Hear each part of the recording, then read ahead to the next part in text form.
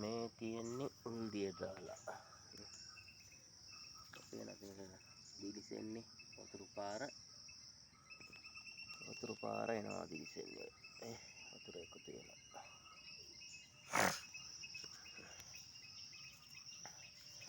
වතුර යන්න කාණු කපලා තියෙනවා. උන්දිය දාලා.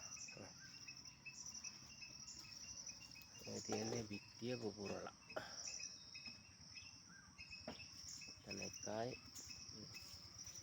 එතන එකක් තියෙනවා මෙහෙම දිගටම. මේ දිගට තියෙන එකක්.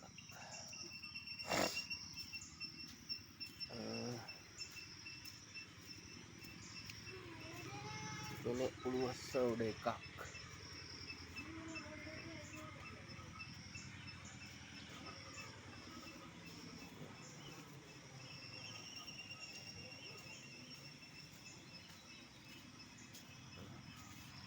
ලයිට් මීටරේ ගාව දිගටම පුපුරලා. ඊට පස්සේ මේ බිත්තිය මැදින් පුපුරලා. ඒ මැදින් පුපුරලා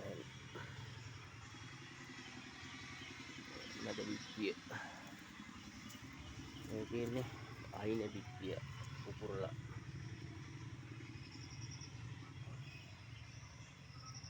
කොටවා තියෙනවා.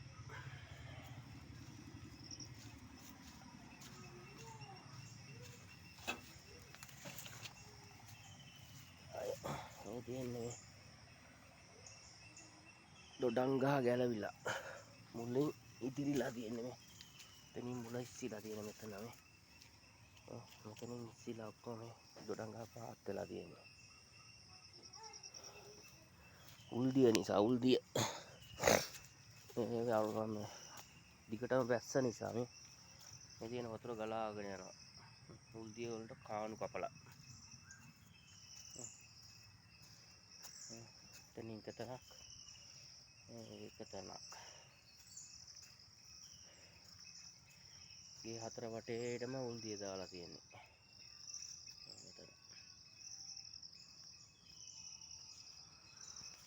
එතකොට